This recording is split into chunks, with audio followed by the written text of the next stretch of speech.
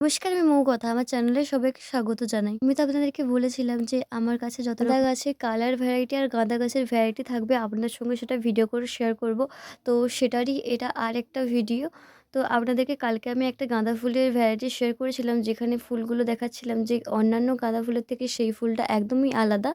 অন্যান্য গাঁদা ফুল ঠিক যেমন পাপড়িগুলো হয়ে থাকে তার থেকে পাপড়িটা একটু আলাদা রকমের ছিল। কালকে যে গাঁদা ফুলের ভিডিওটা শেয়ার করেছিলাম সেটা যেমন একটা আলাদা ভ্যারাইটি ছিল, এটাও কিন্তু আরেকটা আলাদা ভ্যারাইটি। কালকে যারা ভিডিওটা দেখেছেন তারা বুঝতে পারবেন অবশ্যই, আর যারা দেখেনি তারা কিন্তু চাইলে চ্যানেলে গিয়ে দেখে আসতে পারেন। এই যে গাঁদা ফুলটা, এটা হচ্ছে হলুদ কালারের।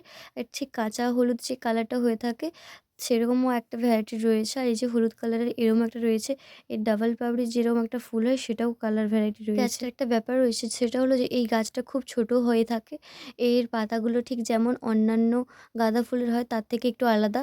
যেমন অন্যান্য গাঁদা ফুলের পাতাগুলো একটু সোচালো লম্বাটে হয়ে থাকে, এর একটু গোল গোল টাইপের সোচালো। অন্যান্য গাঁদা ফুলগুলো ঠিক যেমনটা গাছগুলো অনেকটা ঝাঁকালো টাইপের হয়, এর গাছগুলো ঝাঁকালো হয় না, এর গাছ এরমই হয়ে থাকে।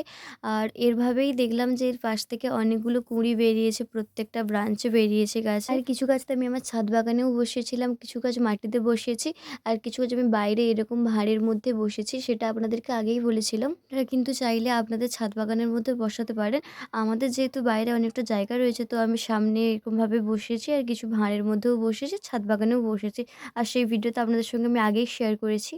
এই গাঁদা ফুলটা দেখুন, এই গাঁদা ফুলটা কিন্তু একটা আলাদা ভ্যারাইটি। এই গাছটাও অনেকটা ছোট, আর ফুলটা একই কালারের হলেও ফুলটা থোবা অনেকটা রয়েছে, মাঝে সামান্য কুঁড়ি টাইপের একটা অংশ রয়েছে।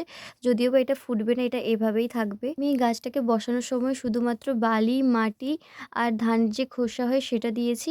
আর কিছুদিন সময় পরে গোবর সার দিই। যাই হোক, আজকের ভিডিওটা আপনাদের কেমন লাগলো সেটা অবশ্যই কমেন্ট করে জানাবেন। আর যদি ভালো লাগে চ্যানেলটাকে সাবস্ক্রাইব করে পাশে থাকবেন, একটা লাইক ও শেয়ার করবেন। আর এর আগের ভিডিও যদি না দেখে থাকেন চ্যানেলে গিয়ে কিন্তু অবশ্যই দেখে আসতে পারেন। আমি তো এবারে প্রচুর পরিমাণে নার্সারি থেকে গাঁদা ফুলের ভ্যারাইটি এনেছি, কালারের আর অন্যান্য গাঁদা ফুলেরও।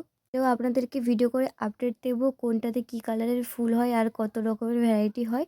তো তার জন্য চ্যানেলটাকে সাবস্ক্রাইব করে পাশে থাকবেন।